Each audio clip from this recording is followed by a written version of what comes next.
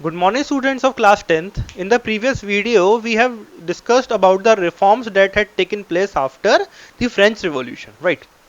And today we are going to study about a very important character who was also the leader of the French army at that time.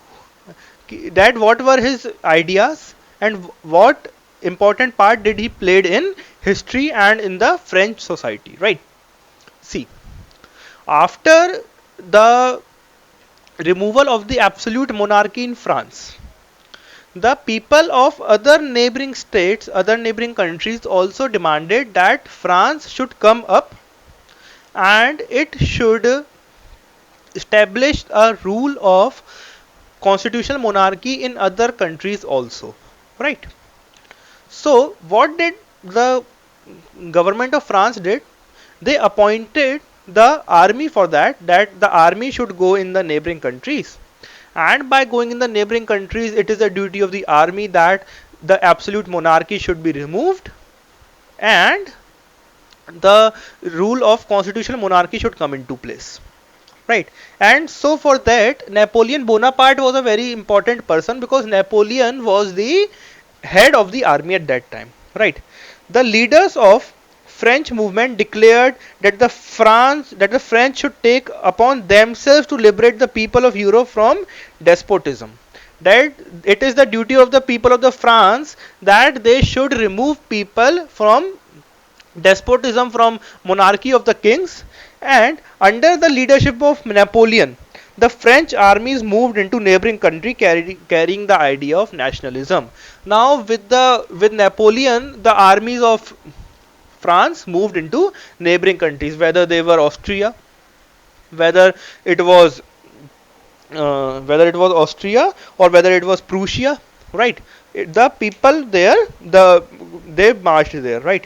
Smaller kingdoms of Switzerland, Holland, and Belgium and Italy came under the influence in the 1790s.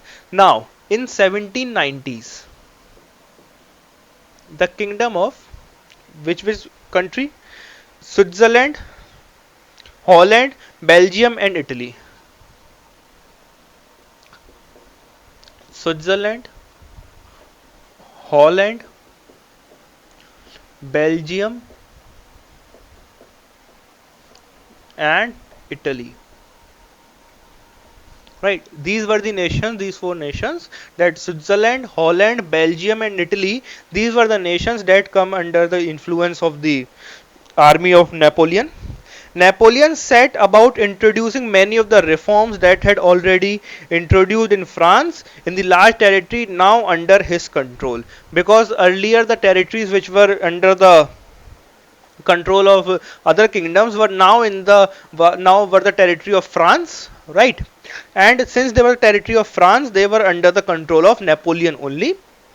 These were adopted through the Civil Code of 1804, and they were adopted through the Civil Code, also known as the Napoleonic Code, Civil Code of 1804, right?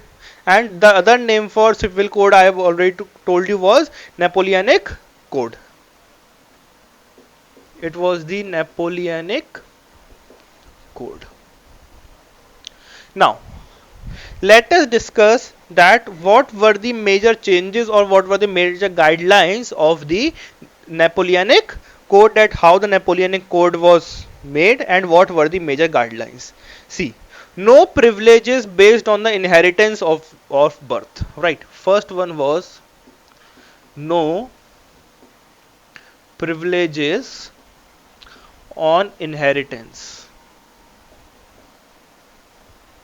of birth, that any person will not enjoy any privileges if he is born in a certain society or in a certain family, right? Means no privileges based on inheritance or birth, right? Inheritance or birth, it is or birth. That it said that no privileges will be enjoyed by any person just for the reason that he is born in a particular society or particular family, right? Like in the France, earlier there were three societies or three classes, estates. They were clergy, nobility, and the remaining citizens, right? So the clergy and nobility enjoyed a lot, because just because they were born in clergy and nobility. So no privileges was based on those inheritance. Equality before the law and right to own property. There were two laws, there were two rights, that were right to property, and the other one was right to equality before law, which said that every person living in the society in those areas which were ruled by the France were equal before the law, and they have the equal right towards the property, or they have the right to own their own properties, right? And he also made some administrative reforms.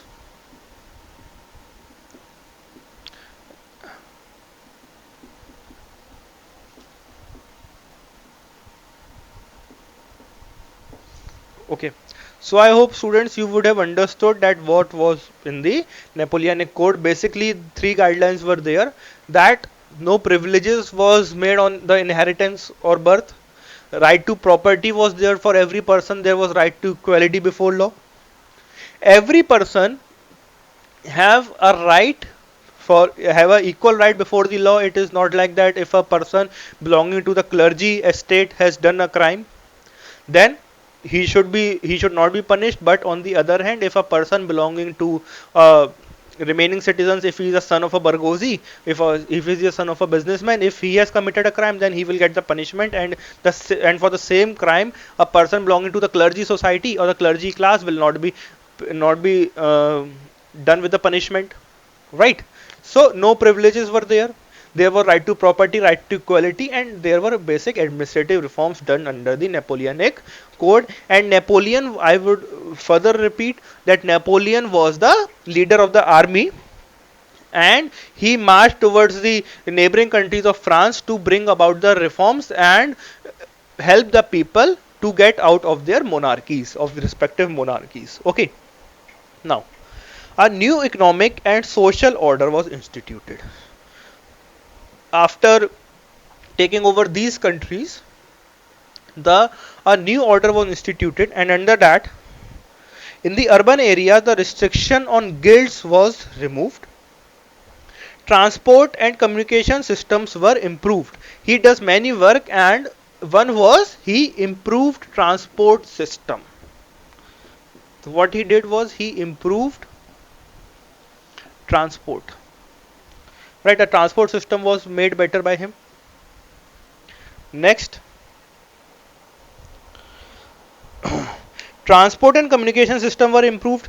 Business got uniform laws, standardized weights and measures, and a common national currency. What he did was, all the business got a uniform law. Earlier there was no uniform law for all the business houses, but he made a uniform law. ठीक है, business laws were uniform, means common. They were not like that if a person is doing a business, then he is given some privileges. On the other hand, if the other person is doing any other business, he is not given privileges. So there was a business law which was uniform, right? And there was a standard measuring system,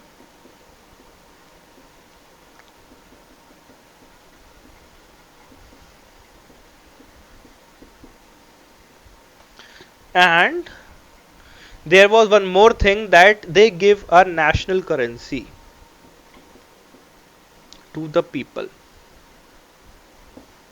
right? So these were the things that were also done by Napoleon. Movement and exchange of goods and capital from one region to another became easier and smoother. Workers in all walks of life were also benefited. In the rural areas, past dues to feudal lords were abolished. This was a major liberation for the peasants who had been suffering for a long time. Although Napoleon brought about radical reforms, he brought back monarchy to France. Although there was initial thinking about these radical changes brought about in the territory under Napoleon, but it did not last long. While the administrative reforms were welcomed, the people soon realized that they had lost their identity and political freedom. See what happened. These were the reforms done by him, and overall, these reforms helped the people, the citizens of respective areas. Right? And there was one more thing that he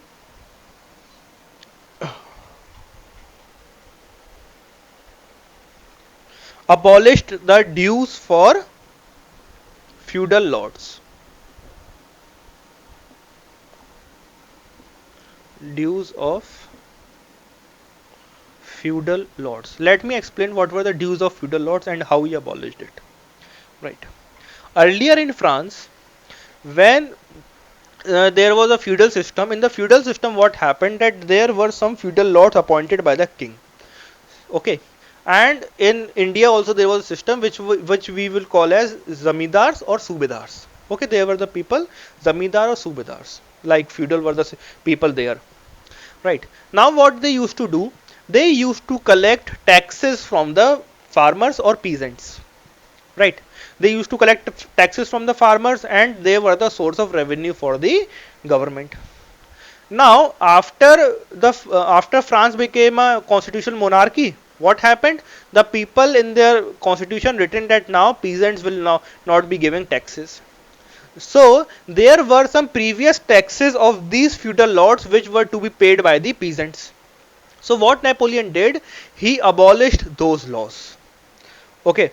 So it was a work done by Napoleon, and this work of Napoleon was earlier welcomed by the people, but later on the people did not like his work, as due to these work the king at France became more powerful, and again the monarchy returned to France. Right. Some of the reforms were welcomed because they were the administrative reforms, and they were to be welcomed because they helped the citizens of the France. But after the administrative reforms, after the administrative reforms, people were helped, and the people took the administrative reforms, but later they rejected the policies or the reforms of Napoleon. Okay. So students, I hope you would have understood that what was the reforms made by Napoleon. Okay. And how it helped in developing the nation, though there were some drawbacks or limitations for that, but overall they were good. Okay. And they were later accepted. Right. Now in the next video we will be talking about conservatives and their ideology, that who were the conservatives. Okay. So till then, stay at your home and stay safe. Thank you.